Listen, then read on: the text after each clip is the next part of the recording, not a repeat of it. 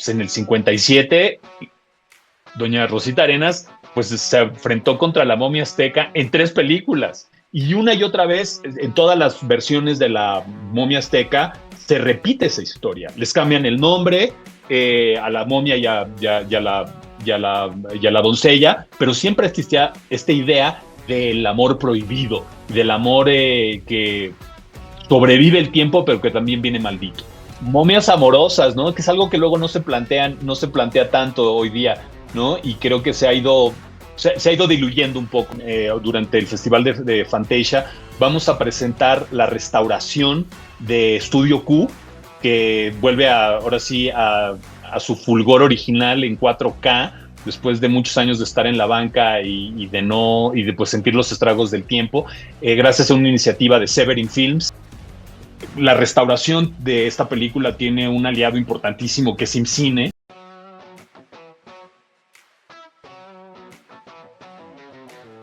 Amigas y amigos de Cinéfilos en Apuros, ¿cómo están? Soy Elías Leonardo. En esta ocasión vamos a continuar hablando, porque ya hay un episodio previo de lo que son las momias en el cine mexicano. Pero no solamente de eso, sino que vamos a hablar de cine mexicano siendo proyectado en el exterior, es decir, que también en el extranjero voltean a ver nuestro cine, ese cine que crecimos viendo, el cual crecimos también conversando y que ahora incluso se conversa como con chacoteo, entre broma y broma, pero al mismo tiempo con nostalgia y con ganas de volverlo a repasar y a revisar. Entiéndase, el cine que se hizo posterior a la época de oro o en el marco de, pero también en la década de los 70 y particularmente en el momento en que termina la década de los 70 e inicia la década de los 80 con una película que seguramente han visto, que seguramente les ha llamado la atención y ahorita vamos a entrar en materia. Pero mi invitado es alguien que ya es de casa, él ya es de este recinto, él ya tiene también aquí su habitación, su cuarto, y me refiero a un investigador y a un curador como lo es Abraham Castillo Flores. Aullidos panteoneros, porque hay motivo especial para que esté aquí. Abraham, bienvenido seas.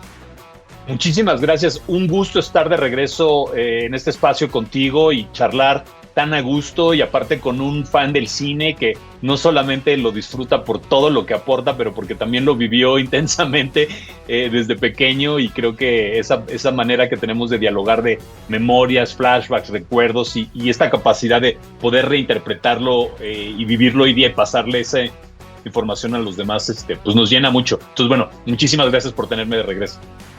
No, un gusto, porque además ahora, como decía al principio del episodio, pues vamos a unir e hilar el tema de las momias en el cine mexicano con la proyección internacional.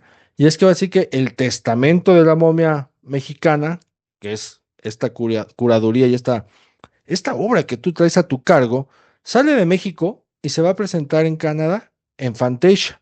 Estamos hablando del 16 de julio al 2 de agosto.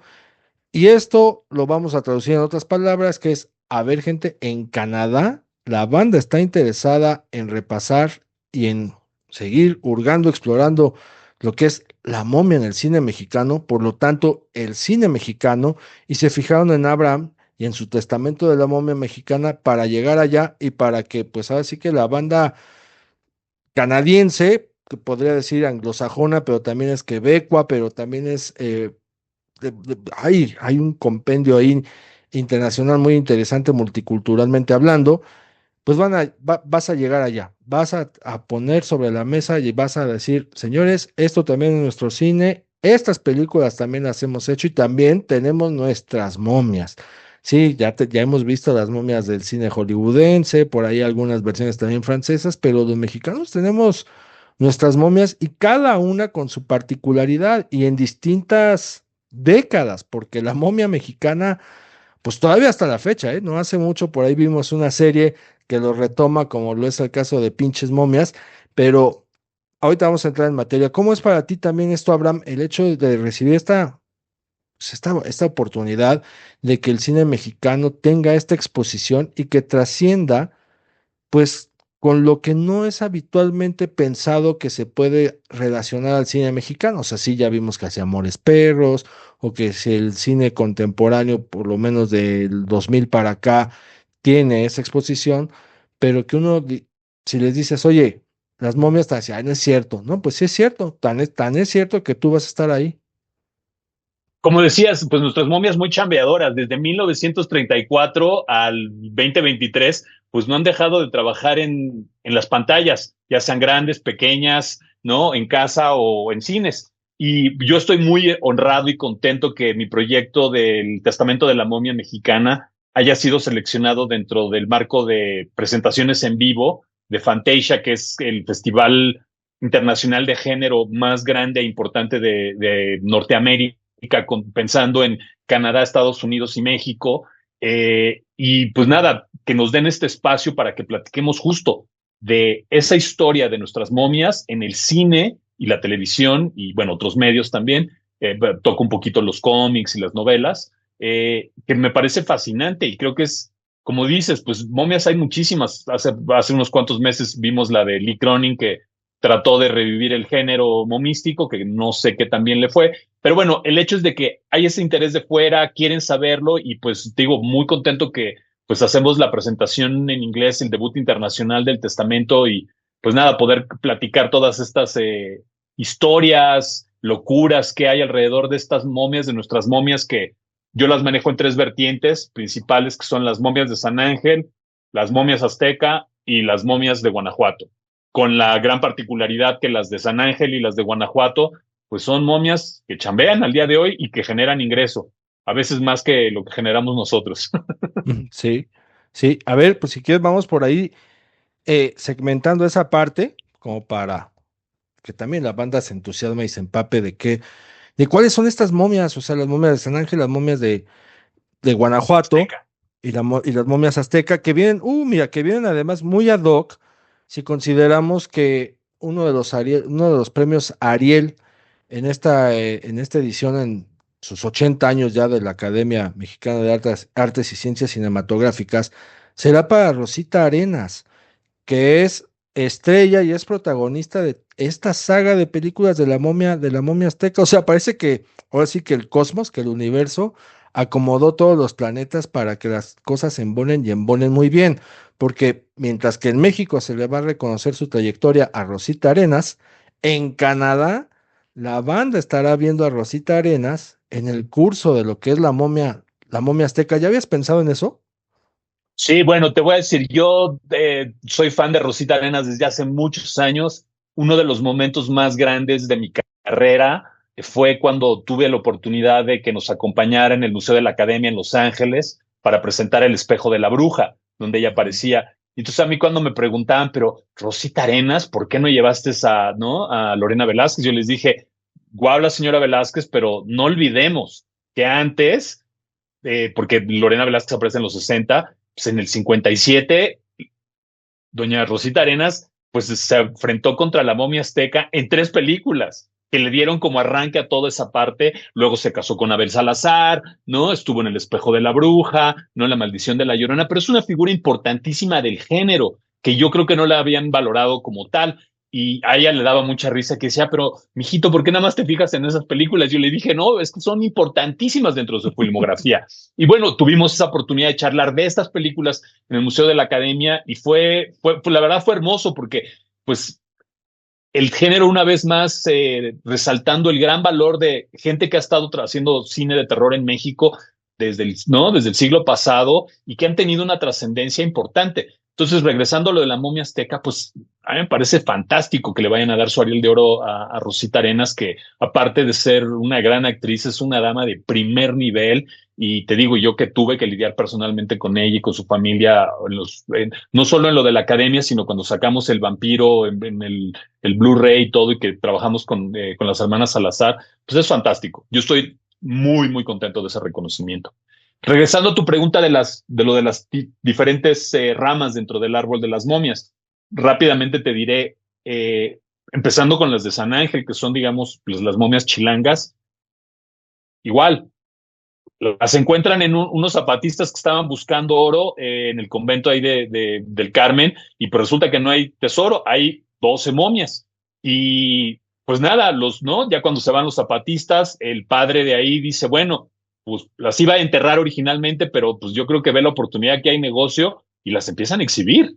Desde 1918 están trabajando de esas 12 momias y las pueden ir a visitar hoy día. Pero lo que es increíble a nivel cinematográfico es que en el 32, un productor de origen peruano, pero que trabajaba en México, Jorge Peset, trabajaba con nada más y nada menos que Fernando de Fuentes, ve las momias y se le vuela la cabeza. Y dice, hay que ser momias, hay que ser una película de momias, como sea. Y él escribe algo y va con Fernando de Fuentes y le dice, hagamos una película de momias. A Fernando de Fuentes no le gusta lo que escribió Peset y entonces busca a Juan Bustillo Oro para que juntos armen algo. Digo, no crean que tuvieron mucho tiempo, tuvieron 2 semanas porque pues había que filmarle en chinga. Y en 2 semanas se armaron el guión de lo que hoy conocemos como El Fantasma del Convento, que es la segunda película mexicana de terror, pero que todo nace con unas momias. Y una cosa que a mí me encanta platicar de Jorge Peset, aparte de que se dice que era muy buen productor, que cuidaba mucho a su crew, que los tenía siempre con cafecito y había comida caliente y rica a todas horas.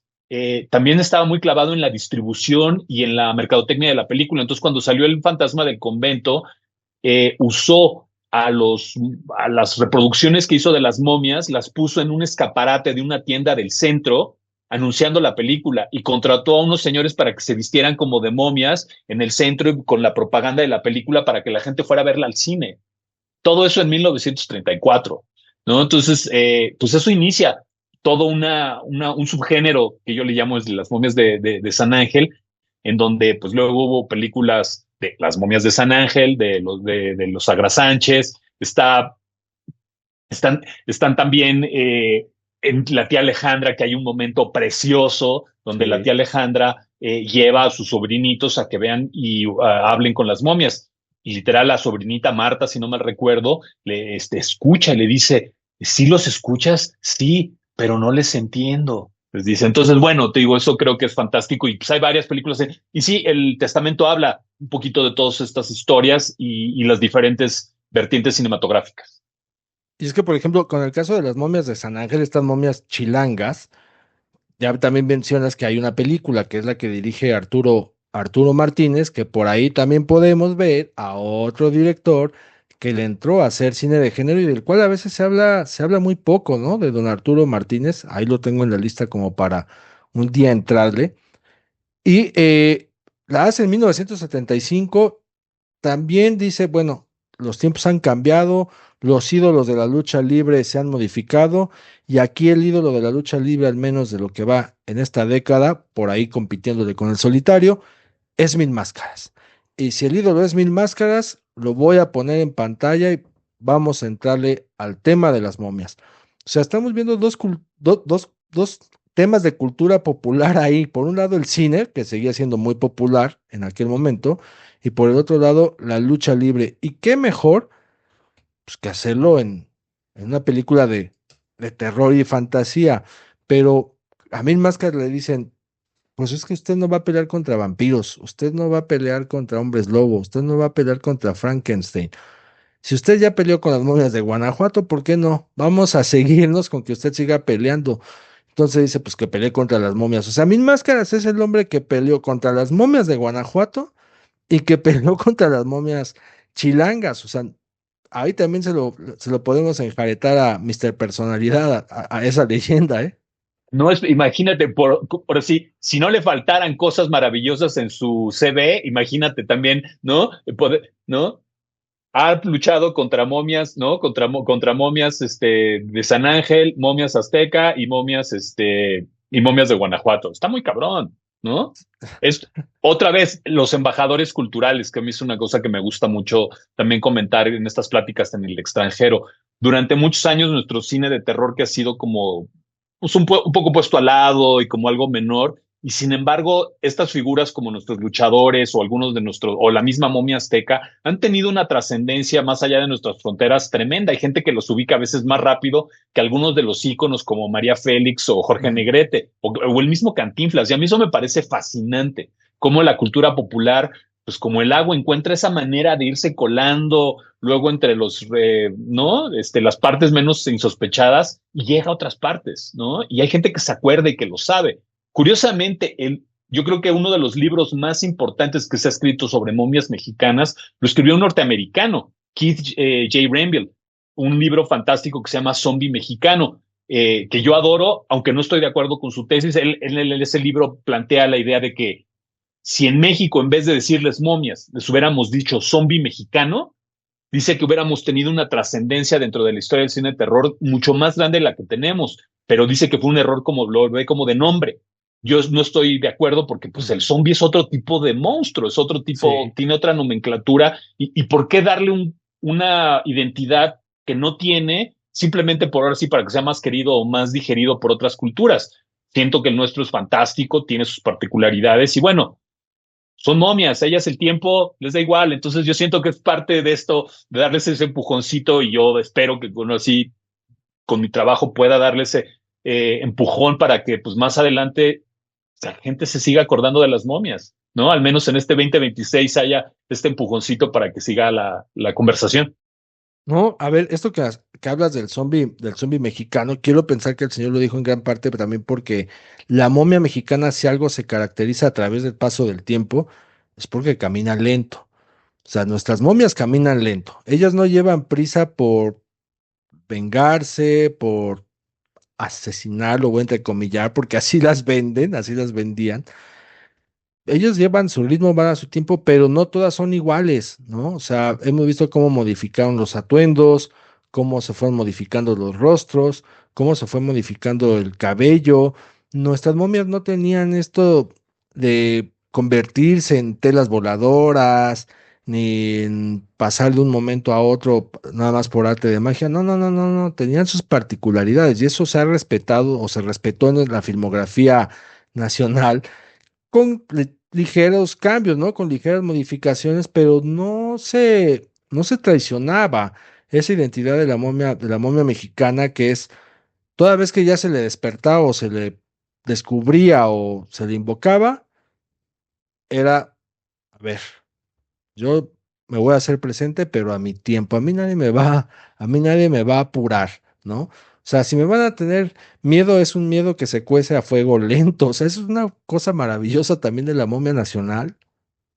Totalmente, sí, y que como dices, cada una tiene sus reglas y tiene, perdón, tiene sus reglas y sus particularidades.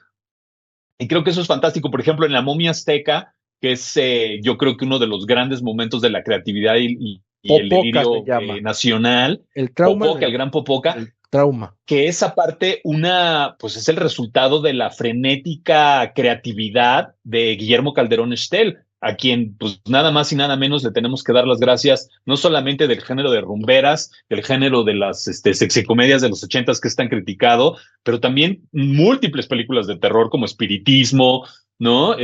Muñecos Infernales, y bueno, La Momia Azteca, ya con eso, digo, ¿no? Esto es un pilar del cine popular, y sí, el cine de explotación y que definitivamente sin ningún tapujo utilizaba el sexo y la violencia como punto de venta, pero porque él sabía que con eso llenaba salas, ¿no? Y bueno, a él se le ocurre esta idea, y sí, en efecto, lo curioso de la momia azteca es que siendo que no es es la única momia que no está basada en una momia real, porque pues los aztecas pues no momificaban, pero tampoco es de pronto estirar la liga tanto a decir, bueno, a los egipcios tenían pirámides, nosotros teníamos pirámides. Ellos tenían una cultura milenaria, nosotros también. ¿Por qué no juntamos las dos?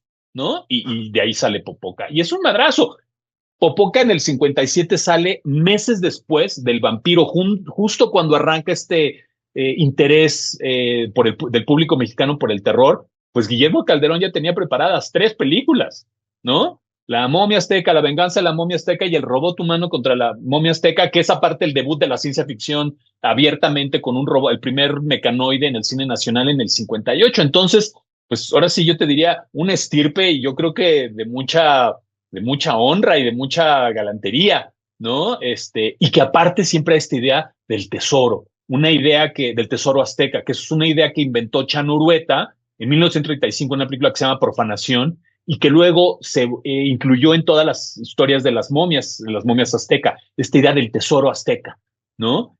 Y de las momias y de las joyas que pueden estar malditas o que vienen ligadas a pues esta historia tan salvaje que tenemos de la, ¿no? De la ahora sí el conflicto, la unión entre, pues, que fue nuestra cultura prehispánica y la cultura española, ¿no? Entonces, bueno, y de las historias de la momia azteca hay N cantidad, luego Chano y Abel Salazar, me gusta decir complicaron, pero no complicaron, sino aderezaron el género, dándole una vuelta increíble cuando empezaron a usar imágenes azteca que son increíbles, increíbles, pero que venían de una película de la Virgen de Guadalupe. Entonces estos dos locos lo que hicieron es cruzaron el mito guadalupano con el mito de la momia azteca. Y todas las películas después de eso, estoy hablando de la cabeza viviente en 1963, todas las películas, incluyendo las de Calderón, utilizaban material de esa misma película, que es El Milagro de las Rosas, ¿no? Entonces, y que aparte la secuencia azteca era tan grande y tan vasta que podían agarrar diferentes secciones del metraje sin repetirse.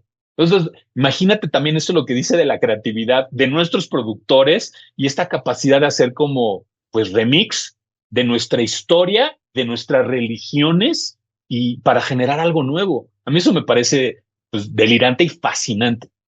¿No? Y tan remix y tan genera algo nuevo que por ahí ya en los 2000 hay otra película con Mil Máscaras contra la momia azteca, ¿no? O sea, a ese Que son de punto. los hijos norteamericanos de Popoca, porque hay también todo este rollo Sí, de que sí. en algún momento Popoca pues, tuvo su green card y se fue a chambear a Gringolandia porque había un señor Gordon K. Murray que compraba películas mexicanas y las doblaba y pues bueno, a partir de ahí hubo toda una iteración de películas de momia azteca en Estados Unidos que incluye programa de televisión, que no, que hubo programa de televisión, perdón, y hubo cómics, Hellboy peleó contra la momia azteca, el Llanero Solitario peleó contra la momia azteca, ¿no? Entonces, y nunca le daban crédito a Calderón, que eso es una cosa que a mí me gusta mucho recalcar en esta plática, decir, cómo algo tan mexicano de pronto sigue viviendo, pero luego su creador se perdió a la hora de los créditos porque sí hubo una tranza, me queda clarísimo que hubo una tranza del señor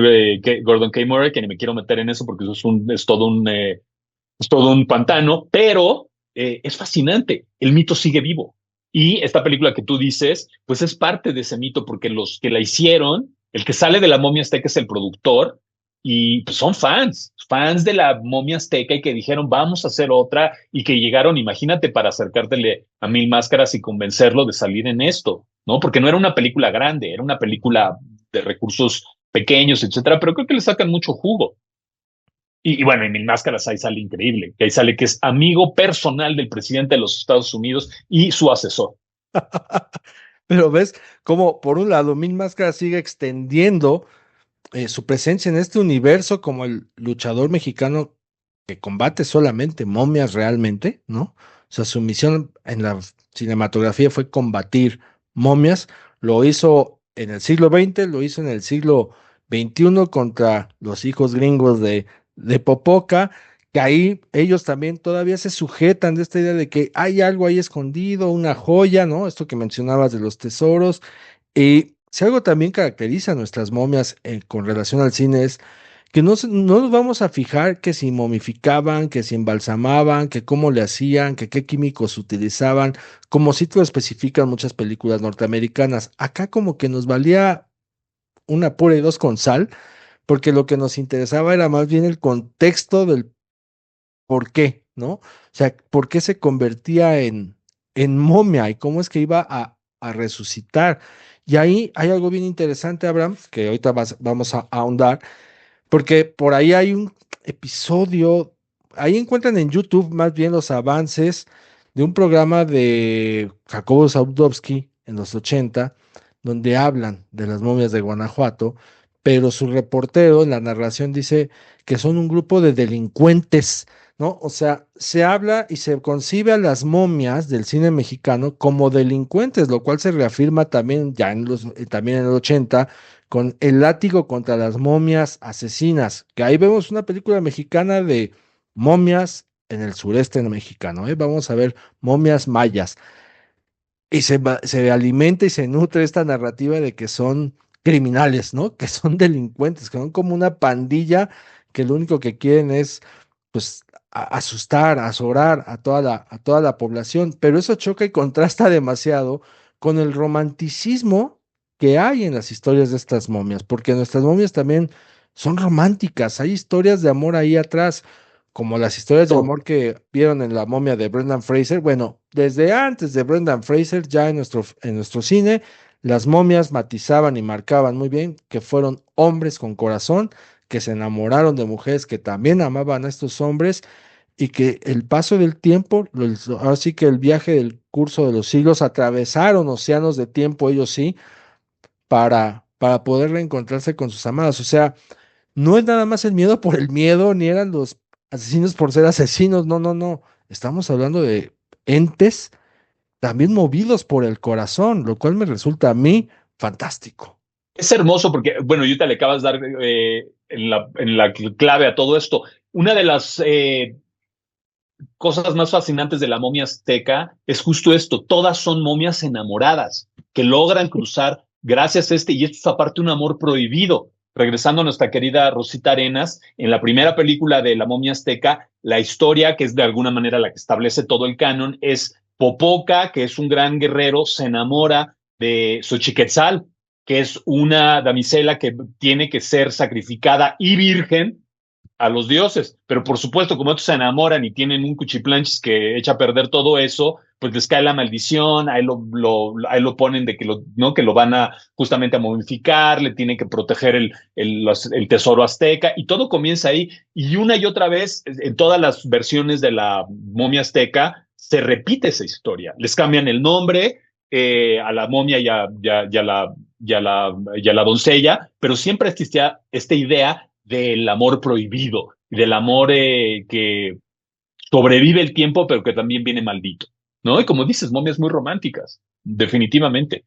A diferencia de nuestras momias de Guanajuato, que ahorita que dijiste este asunto de las momias como problema de seguridad, es fascinante porque desde la primera digamos, no la primera, pero digamos la más famosa, que es las momias de Guanajuato, sí hay todo este rollo de la policía, de que siempre dice, hay varias escenas donde dice, al gobernador me acaba de dar 2 días que tengo que resolver este asunto, y andan persiguiendo en las momias.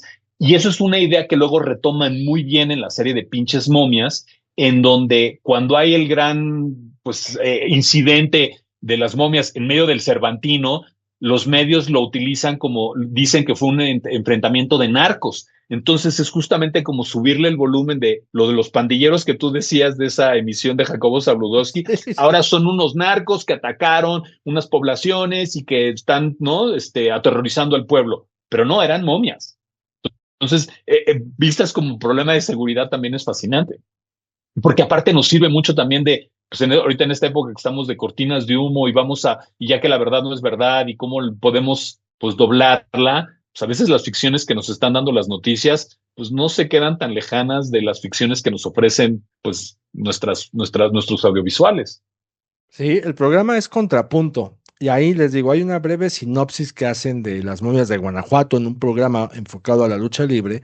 Y el reportero narra tal cual que Mil Máscaras, Blue Demon y Santo se enfrentan a una pandilla de delincuentes. Y es como, no es una pandilla de delincuentes, o sea, date cuenta que estos hombres están resucitando, Claro, liderados por Satán, que él resucita ni más ni menos. para vengarse del enmascarado de plata. O sea, pero bueno, Que perdón, ahorita que dijiste Satán, y yo sé que tú eres fan de la lucha libre, también hay que decirlo, estos son de esos cruces mágicos del cine mexicano. Satán, que es como la momia alfa de Guanajuato, que supuestamente peleó contra un antecesor del santo y perdió y juró venganza y por eso regresa en el que 72. matizando que la lucha libre ya se practicaba con ring y como sabíamos desde 1800 y tantos. Exacto, entonces de alguna manera esa parte sí hubiera sido real. Eh, Resulta que Manuel Leal, nuestro querido Tinieblas, aparte ya había sido previamente, no solo había ¿no? trabajado como Frankenstein, había sido una momia en la película de Calimán, una momia de Egipto, como las que tienes allá atrás, y aparte luego fue el doble de Tarzán en la serie de televisión que se grabó aquí en México. Entonces hay este personaje fantástico que ya estaba por incrustarse pues, en la memoria mexicana por el personaje de Tinieblas, ya había encarnado a todos estos grandes monstruos de la familia del terror. Entonces a mí me parece fantástico, porque hablando de lo que decíamos del CB, pues este señor, imagínate, ¿no? Tinieblas, Frankenstein, Tarzán, ¿no? Momia egipcia, híjole, no se puede más. Aparte, él que es un caballero de primer nivel y que ha hecho tanto por, ¿no? Por la lucha libre, por el deporte y que aparte es un gran ser humano, a mí me parece precioso.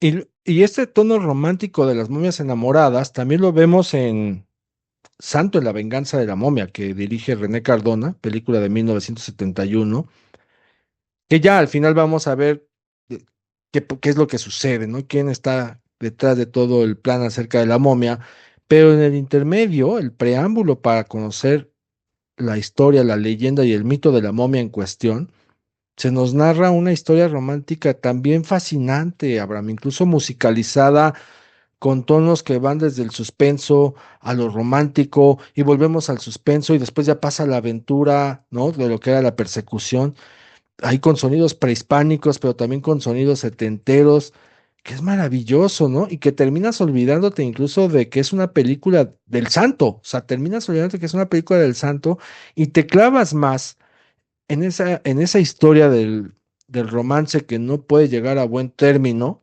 porque pues están transgrediendo las leyes politeístas de nuestros antepasados, en la búsqueda del tesoro y la búsqueda de la momia que emprenden el santo y el grupo que él acompaña. O sea, esta parte del enamoramiento, esta parte de que más allá de que los mueva o las mueva un impulso diabólico, maligno, etcétera, pues no, o sea, los mueve más bien una necesidad amorosa, una necesidad afectiva.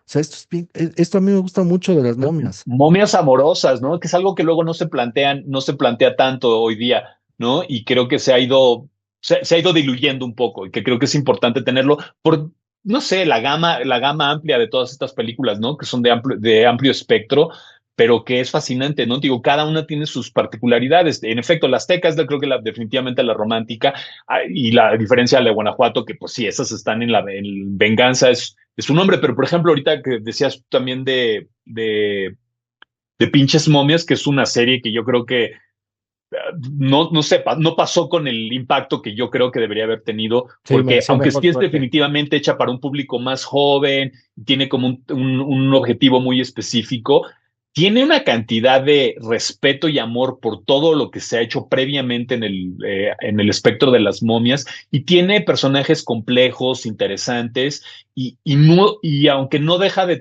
tener unos chistes buenísimos, hay una escena de momias que atravesan un rey y hay un chato que le dice a uno, oye, brother, te veo muy seco, ¿no? Bueno, hay una Yo momia no puedo ver bebé. esa escena y no cagarme de la risa, es muy chistoso, ¿no? Pero también hay gore, ¿no? O sea, en fin, es muy rico. Y hay una abuela, es una señora que es como medio curandera, que es súper pacheca, que luego se avienta un momento Juan Escuti ahí con las momias, que yo aplaudí y se me salieron las lágrimas en ese momento en la serie. O sea, literalmente tiene como todos estos caminos emocionales que a veces no estamos acostumbrados o somos de pronto demasiado serios de, ay, no, ¿cómo? No, no, pues, puro cine de arte, que todo bien con el cine de arte, yo lo amo, pero también el cine de género que se puede dar el lujo y del desperpento emocional y que nos caben todas estas emociones porque somos seres complejos, ¿no? Y creo Ujú. que, pues nada, estas películas se acuerdan mucho de esto, ¿no? Y eso creo que es bien importante. Aparte esto de la momia y la búsqueda de afecto, lo vemos en esta serie con lo que el público denominó la momia bebé. Vemos una momia bebé. Qué bonito le pusieron, sí, ¿no? Entonces vemos a la momia bebé, que es esta conexión con el espectador de hacerle notar que la momia no es la momia como creemos que es, ¿no? Que ahí también se remite a esta estructura romántica, a esta estructura amorosa de las momias de la momia azteca o de Santo la venganza de la momia, y decir, estos seres más que monstruos también están buscando ahí algo para enlazarse con nosotros y qué mejor manera que desde el afecto, en este caso de la ficción a la realidad, pues si te pongo ya una momia bebé, te va a caer bien. Si después le pongo una playera de la América, puede ser que no te caiga tan bien, pero también la vas a ver muy simpática. Y luego cuando vemos que la tratan como la tratan en un momento específico, que el espectador No, sufre, dilo, o la tortura, sea, en que es tremendo, es un voladón de cabeza porque dices, órale, no es algo sencillo. A mí esa parte que dices me pareció brillante, brillante, porque dice mucho también de nuestra humanidad, Sí, ¿no? sí. ¿Qué nivel de humanidad de que este ser, que aparte que es chiquito y que es precioso porque sí está basado en una de las momias de Guanajuato originales, porque no solamente son hombres y mujeres, sino también hay niños, hay bebés, hay varios, Ujú. ¿no? Y justamente eso es una de las situaciones que hace que la colección de las momias de Guanajuato sea tan vasta y rica, de que hay gente de todas las edades. Y para ir cerrando el paso de las momias, para darle entrada a algo más que traes ahí, una sorpresita. ¿Tú, tú cómo, tú cómo percibes al público extranjero con relación a su conocimiento, acercamiento, inquietud por el cine mexicano y en este caso por este cine mexicano? Porque tú y yo, pues ya sabemos que nos fascina estar hablando de esto y hasta nos vuelve a emocionar, como algunos escuchas que también nos están poniendo atención en este episodio, lo cual agradezco, ¿eh? Y acuérdense que también les repito que vayan a las redes sociales de Cinéfilos en Apuros para que nos sigan, vayan al canal de YouTube para que pues encuentren distintas entrevistas, distintas conversaciones, así como algunas críticas. ¿Cómo recibes tú o cómo lo ves, cómo lo detectas? Ahorita ya en frío, cómo? A mí me encanta, siempre que he tenido fantásticas experiencias en el fuera de México, de siempre encontrar personajes que no solo conocen el cine mexicano, sino que lo estiman y le tienen un cariño profundo, ¿no? Y llegan con preguntas súper interesantes o llegan con datos que enriquecen la conversación. Entonces, a mí no me deja de sorprender el impacto que ha tenido nuestro cine fuera de nuestras fronteras y cómo hay gente que sí se obsesiona, así como tú y yo. Entonces, yo me siento muy contento de, uno, de que haya este interés ahí en Canadá, y dos, pues tengo la confianza que sí va a haber gente que tiene la curiosidad de saber más y que, bueno, sí manejamos un tipo de terror pues bastante particular. Se nos olvida a veces porque pues lo tenemos aquí enfrente y pues ahí está el cine de terror, ¿no? Pero mexicano. Pero fuera de México no deja de tener siempre un sabor muy específico, una cuestión, un sabor, digo, que yo creo que atrae. Entonces, yo estoy muy contento por eso y te digo, creo que no hay que, por eso es importante hacerle promoción a estas cosas, no dejar que caigan en el olvido y pues decirle a la banda más joven que exista eso y hacerlos que se pongan curiosos. Porque yo sí creo que así como nosotros nos emocionamos con estas cosas que nos tocaron de pequeños, para los que no les pasó, que encuentren estos puntos de entrada, porque hay muchísimos, ¿no? Y que, pues si no es de pronto la historia del cine mexicano, puede ser la historia del país, porque aparte está cubierto tantas épocas, distintas cosas que puede ser fascinante. Simplemente hay gente, por ejemplo, que se clava mucho en el rollo de las momias azteca en el cine, que no están representadas bien las culturas prehispánicas, que es un error y que hay esta cosa del exotismo y no, y le echan lo del el lente colonial y todo, que es una conversación importante, pero en vez de cancelarlas o decir, no, está mal, guácala. Sí, no, comencemos ahí. Esto sí lo mencionaron, esto sí pusieron, lo hicieron bien o mal, eso es otra conversación, pero partamos de ahí para expander la conversación, no limitarla. Entonces a mí eso me da mucha emoción, digo, y fuera se da mucho. Yo tengo esperanza que aquí lo podamos hacer un poquito más. No, y además expandirla bajo el entendido que estamos viendo una película de corte fantástico, ¿no? Y que el espectador tiene todo el derecho de fantasear y de creerse lo que está viendo. Por ejemplo, yo me acuerdo mucho que pues, la vi desde niño con mis primos allá en casa de la abuela, y cuando una de mis tías organizaba el domingo para ir a Teotihuacán, no queríamos, ¿no? No, no, no. Bueno, no vaya a salir la momia. Pero ¿por qué? No, vamos, no queremos, no, pero ¿por qué? Y teníamos miedo a que nos fuera a salir popoca, ¿no? Y ya sabes que hasta que no les explicas a los adultos de dónde viene el miedo pero es que ¿por qué están viendo esas películas? Y tu mamá, ¿por qué los dejas que los veas? Afortunadamente, qué bueno que mi abuela nunca les hizo caso ni a mis papás ni a mis tías y pudimos ver esa y un montón de películas para crecer con esos sanos miedos, ¿no? Porque lo mismo nos pasaba de, oigan, vamos a ir de excursión a Guanajuato, no, ni madre. Claro, pues no, se nos van a No. aparecer las momias. Pero aparte que te dan el chance de, te digo, de ver estos, porque estas películas son, digo, y aquí me estoy refiriendo a las de las momias azteca, que te dan el espacio de pronto de ver representaciones de estas culturas, pues de manera de grande, Jocosa, majestuosa, además ¿no? jocosa. y divertida y tal vez locuaz a veces, pero creo que nos hace falta un poco de eso, porque de pronto, pues claro, si queremos la realidad, están los libros, están los documentales, pero creo que luego esta forma lúdica de entrar en ellos, pues engrandece la conversación e inspira, y creo que eso es bien importante, no perder esos ganchos, ¿no? Mira, y ahorita que lanzabas la invitación a la banda más joven para que le entre a este cine, pues ahí les va un gancho. Si ustedes vieron El agente secreto de Clever Mendonca Filo, película nominada al Oscar, van a ver una secuencia, la secuencia de la pierna, Pierna peluda. de la pierna peluda prófuga. Escuchen la música de esa secuencia. Esa música pertenece a El espejo de la bruja, película mexicana de terror dirigida por Chano Urueta, película mexicana de terror que vio Clever Mendonca Filo y que le fascinó y que le encantó. O sea, para que se den una idea de cómo la banda en el extranjero ama nuestras películas. Y no solamente las aman, sino que se toman el tiempo de verlas, de revisarlas, algo que quizá acá nos falta mucho transmitir eso también en las nuevas generaciones. Y ya que mencioné Chano Urueta, nada más para redondear este tema de las momias, mi querido Abraham, hablaste de Profanación, una película dirigida por él. Cuéntale a la gente por qué es importante Profanación para que les generes todavía más inquietud de entrarle a escarbar nuestro cine. Profanación 1935, película de Chano Urueta, donde él establece unas joyas azteca que están malditas y cómo estas se encuentran en el presente, estamos hablando del 35 en ese momento, y cómo toda la gente que entra en contacto con esto, porque, oh, claro, el tesoro, no sé qué, las joyas, le va mal porque traen una maldición. Entonces, esta idea de las joyas aztecas malditas, de un tesoro maldito que empieza a permearse en el cine mexicano de terror, arranca con él la pone. Y él, por ejemplo, varios años más tarde la retoma, porque acuérdense que él hizo El signo de la muerte, que tiene muchos de estos asuntos, pero en el 63, hablando específicamente de las momias, se avienta a La cabeza viviente, que es, yo creo que es unas películas que a mí más emoción me da de la vida pues sí, por su delirio majestuoso, pero ahí retoma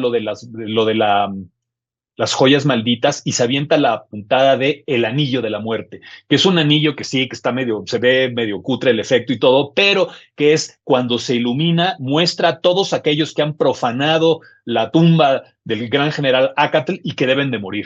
Y ese lo lleva Ana Luisa Pelufo con mucho porte y con mucha onda, al lado de que lleva la cabeza del general Acatl.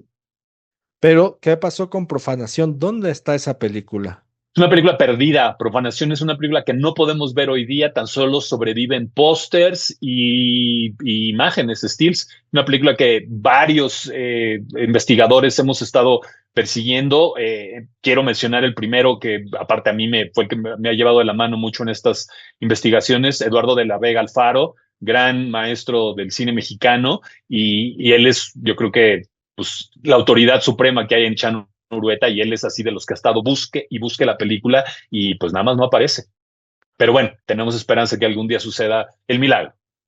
Y ya, nada más para redondear y cerrar este capítulo de las momias y con las anécdotas de Chano Urueta para quien... Y miren, las cosas se hilan. También se vincula a la lucha libre porque Chano Urueta, para quien no lo conoce, es el abuelo biológico de Blue Demon Jr. Chano Urueta es quien se encarga de dar en adopción el niño a Blue Demon padre, porque él consideraba que su hija no estaba en condiciones para poder sacar adelante a este menor.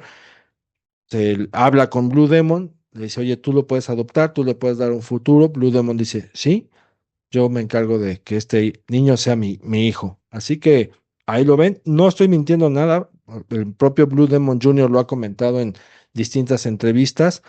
Y pues para que vean los ojos de Blue Demon Jr. a través de su máscara, busquen fotos de Chano Urueta en internet y miren, ahora sí que la sangre llama. Ahora sí, pasando a las películas que sí están, que sí existen, que sí se encuentran, ahora vamos a pasar a una película mexicana de 1980, Abraham, que podemos catalogar dentro del género de la ciencia ficción. Y me refiero a Estudio Q, pero cuyo nombre se modificó por Misterio.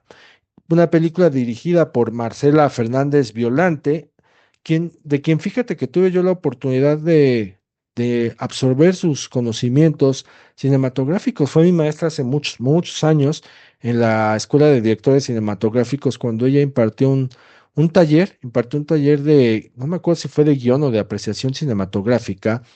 Una señora estupenda, de verdad estupenda, muy elegante, muy práctica también para dirigirse a nosotros, sobre todo los que estábamos chavitos. Yo tendría 17, 18 años estando allí. Y la película la dirige ella, Misterio, y recuerdo que vimos Misterio no porque ella nos la haya puesto, sino que Alberto Bojorquez, quien también nos dio clases a aquella generación, nos dijo, tienen que ver una película de ella que se llama Misterio, y es bien fácil de encontrar. Y sí, la vimos, y algunos otros la habrán visto por ahí en Canal 22, ¿no? En esas transmisiones nocturnas. Una película que cuando uno la ve por primera vez, te, voy a recurrir a este término, te choquea. Te choquea porque no la logras entender a ciencia cierta luego, luego, y la otra es porque no piensas que esto sea una producción nacional con base en la cultura cinematográfica que ya traías en la cabeza, ¿no? Y ahí vemos a Misterio, una película por la cual también estás aquí, porque algo nos tienes que contar acerca de ella. Y primero que nada, qué maravilla que tomaste clases con Marcela Fernández Violante. Yo creo que son de estas amazonas del cine nacional que se deben de redescubrir y que tenemos que celebrar. Otra de las cosas que me da muchísima emoción durante el Festival de Fantasia, vamos a presentar la restauración de Estudio Q, que vuelve ahora sí a su fulgor original en 4K después de muchos años de estar en la banca y de no, y de pues sentir los estragos del tiempo, gracias a una iniciativa de Severin Films que pues que retoma la película y que la ha restaurado y pues como dijiste, una película que uno dice, hicieron esto en México, una narrativa de metaficción que explora el mundo de la telenovela, que aparte es muy curioso pensar en una película que se hizo en el medio de una sequía de producción nacional, justo en el momento donde lo más popular del audiovisual son las telenovelas en México, y aquí entra esta película que está cuestionando qué es la realidad, es todo un juego de espejos laberíntico bastante complejo que pues te sorprende y es fantástico. Yo estoy muy orgulloso de ser parte de esta aventura de restauración y que aparte, te digo, me ha dado la oportunidad de ir conociendo y explorar más a fondo toda la labor maravillosa de Marcela Fernández Violante, que como dices, aparte era una gran maestra, porque aparte de ser directora de cine, fue secretaria técnica del CUEC, luego fue directora, fue la primera directora del CUEC antes que se volviera el ENAC, y luego fue la secretaria general del sindicato de trabajadores de la producción cinematográfica de este país. No es poca cosa, ¿no? Y pues si contamos dentro del cine industrial a partir de 1935 de este país, es la tercera mujer directora. Es tremendo, ¿no? Y que esta película que te digo, así como a ti y a mí nos cachó nuestra emoción cuando estábamos haciendo la selección de qué película se restauraba de las que teníamos disponibles, todo el mundo fue así de, wow, esto es algo inédito. Nos gusta referirnos a Estudio Q ahora como pues la abuelita cinematográfica del show de Truman, porque es Sí, cierto, sí. ¿no? Mucho de lo que se ve en el show de Truman estaba establecido aquí varias décadas antes. Sí, sí, sí. O sea, qué bueno que mencionas esta parte porque cuando ya me toca ver The Truman Show, pues está ahí el antecedente también de Misterio, sobre todo para la banda que sí ya la conocía. Ahora, quien nos está escuchando, que creció viendo telenovelas y que gracias a las telenovelas, pues descubrió actores y actrices que previamente hicieron cine, pues Misterio no es la excepción. De hecho, es muy simbólico que su protagonista sea Juan Ferrara, uno de los grandes galanes de telenovela, posteriormente uno de los villanos, que su coprotagonista sea Elena Rojo, quien también fue otra de las villanas, a veces no con personajes más dóciles, pero también en el mundo de las telenovelas, inmersos en esta ficción que, a ver, trataré de contarla de esta manera, ¿no? Vemos a un actor de telenovelas que es Juan Ferrara, Alex, que pues recibe las órdenes de su director, que es Víctor Junco, de que tiene que hacer una nueva telenovela. Y esta nueva telenovela no es otra cosa más que su propia vida, o sea, se va desarrollando conforme van transcurriendo los días del propio Alex en la vida real, lo cual ya a él empieza a quebrar la mente, ¿no? Dice, ¿qué está pasando? Esto no lo estoy entendiendo. Por si fuera poco, su pareja, Elena Rojo, desaparece misteriosamente y él dice, bueno, ¿por? O sea, esto no tendría que estar en el script. Entonces ya va a introducirse en algo más complejo que todavía lo va a poner más contra la pared con relación a pues, a su estado de la salud mental, porque va a reaparecer esta mujer, pero en otro contexto, y él va a decir, bueno, a ver, ¿hasta dónde puedo llegar? ¿Qué no puedo, qué puedo hacer? ¿Qué no puedo hacer? ¿Qué está permitido? ¿Qué no está permitido? ¿Por qué esta situación se me sale de control? Y bueno, van a ver cómo él entra en este laberinto, como ya mencionaba Abraham, que pues, a cualquiera de nosotros nos podría volver locos, más aún porque les digo que la película en una primera revisión, en una primera vista, no es tan sencilla no es tan sencilla de digerir, y sin embargo ahí estamos inmersos en ella.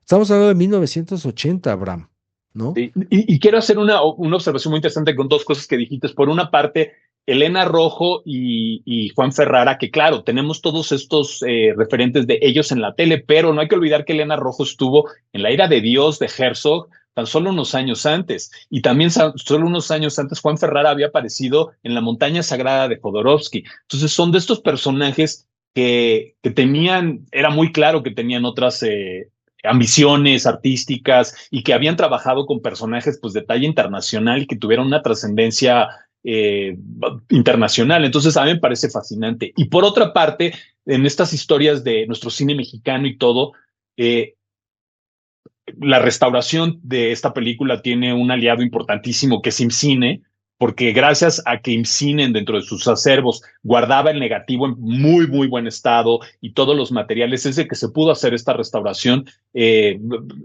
una manera como importante. Entonces, sí me importa, digo, de pronto que siempre nos gusta tirar piedras, pero también creo que es bien importante celebrar cuando las cosas salen bien. Y aquí sí tengo que decir que IMCINE, increíble, con estas misiones de cuando encuentran algo que se puede, cuando encuentran una situación donde se pueden aliar a ideas de restauración y de que pues enaltecen la memoria de nuestro cine, pues están pilísimas y que en todo momento ayudaron a que esto sucediera. Y pues eso se dice fácil, pero no es tan fácil. Entonces yo sí quiero celebrar muchísimo eso, el apoyo de IMCINE en esta aventura junto con Severin Films para que pues Estudio Q se resucite y llegue una vez más a las pantallas grandes. No, y Elena Rojo además también hizo cine de terror con Carlos Enrique Taboada en Más Negro que la Noche. Por ahí pueden ustedes escuchar el top 3 que dedica Anaí Vargas Carvajal a la figura de Elena Rojo, cómo repasa Aguirre la ira de Dios. Elena Rojo que también hizo Los Perros de Dios, una película donde no se guarda nada y reta frontalmente al pensamiento moral y católico de nuestra sociedad en los años 70. Y bueno, te decía que la película es de 1980, Abraham, y la cultura de la telenovela en el país era abrumadora, ¿no? Y también empezaba a despuntar hacia un boom inimaginable con lo que vendrían después, con los melodramas que vinieron después, Rosa Salvaje, Cuna de Lobos, que fue uno de los más... El maleficio. Y que del Maleficio, fíjate, ahí podríamos hacer otra cosa muy simpática adelante, porque primero existió en telenovela y tuvo una segunda parte, pero que la segunda parte fue en película. O sea, es un experimento muy curioso el que pasó con el Maleficio, ¿no? Que su primera Ah, versión fue, tremendo. Y ahorita nada más, si quieres, creo que eso es un detalle de cómo se hilan y se entrelazan las cosas de manera sensacional. Misterio Estudio Q está basado en una obra de teatro y luego en un guión que escribió Vicente Leñero. Curiosamente, Vicente Leñero, su primera chamba profesional fue como guionista en la telenovela de Las momias de Guanajuato para Ernesto Alonso. Entonces, imagínense qué tan simpático es este ecosistema en donde de pronto Vicente Leñero está en la restauración, presente en la restauración de Estudio Q que él escribió y que Marcela Fernández Violante adaptó para cine, pero también está presente en el testamento de la momia mexicana como uno de los escritores de la telenovela, ¿no? Obvio, a él no le gustaba mucho que le recordara, que la gente se acordara de esa parte de su pasado, pero a mí me parece fascinante estos pues, puentes comunicantes que hay en el audiovisual mexicano, de telenovelas a películas, ¿no? Y pues los grandes personajes, y bueno, Vicente Leñero, que es de nuestras vacas sagradas, bueno, nuestros toros sagrados del Sí. guionismo y el Y, periodismo. y hablaste de Ernesto Alonso, que lo vemos protagonizando El Maleficio, y te digo que después aparece en El Maleficio 2, pero en El Maleficio 2 ya no se hizo telenovela, se hizo directamente en cine. Es una película, un ejemplo, o un caso más bien atípico ahí que tenemos en el cine mexicano y en su vínculo con la televisión nacional, que merece, te digo que hasta merece su propio episodio. Totalmente, totalmente, totalmente. Que yo espero luego podamos seguir explorando en este espacio. No, es que contigo siempre salen temas, y en este caso, por ejemplo, con Misterio, quien no ha visto la película, atrévase y anímese a descubrirla por una primera vez. De verdad, échale un ojo. Si ya traen con el antecedente de haber visto The Truman Show, les va a servir como un símil y van a decir, ¿a poco los mexicanos, a poco nosotros nos adelantamos al tiempo para tener estas ideas? Y sí, quien ya la vio, vuélvala a ver. La, la película nos da para muchas lecturas, entre ellas, dónde está parada la telenovela mexicana hoy día, qué ha cambiado, qué no ha cambiado. También es muy representativo ver, por ejemplo, una película como México 86, que es futbolera, que un punto de partida para que el fútbol empiece a ser el espectáculo más seguido por el público mexicano, pues es la telenovela, ¿no? Vemos al personaje ahí de Diego Luna peleando con una señora en una cantina porque la señora quiere ver su melodrama de siempre y él no quiere. Y la película lo contextualiza en 1983, Misterios de 1980, para que esto nos sirva de contexto sobre cuál es la relación que tenía la audiencia nacional con las telenovelas, y que no solamente se iba a quedar ahí, sino que iba a incrementarse con los melodramas que vinieron posteriormente, y no solamente en la década de los 80, todavía en el primer lustro de la década de los 90. Bueno, fue una de las etapas más gloriosas para Televisa, que era la empresa que se encargaba de lanzar estos, no quiero decir productos, estas obras, ¿no? En este caso televisivas, pues para tener al público cautivo. Y como también gracias a las telenovelas, mucha gente descubrió actores y actrices de cine y viceversa, ¿no? O sea, que bueno, por ahí después vino todo este Es un ecosistema súper rico y que de alguna manera no lo hemos visto, yo creo, con el suficiente como respeto, porque logró que muchas carreras que estaban cabizbajas tuvieran un realce, muchas figuras del cine nacional que habían estado eclipsadas regresaran a la memoria de jóvenes, y a su vez luego gente que estaba muy activa en las telenovelas entrar al cine. Entonces había como un cruce, hay una crosspolinización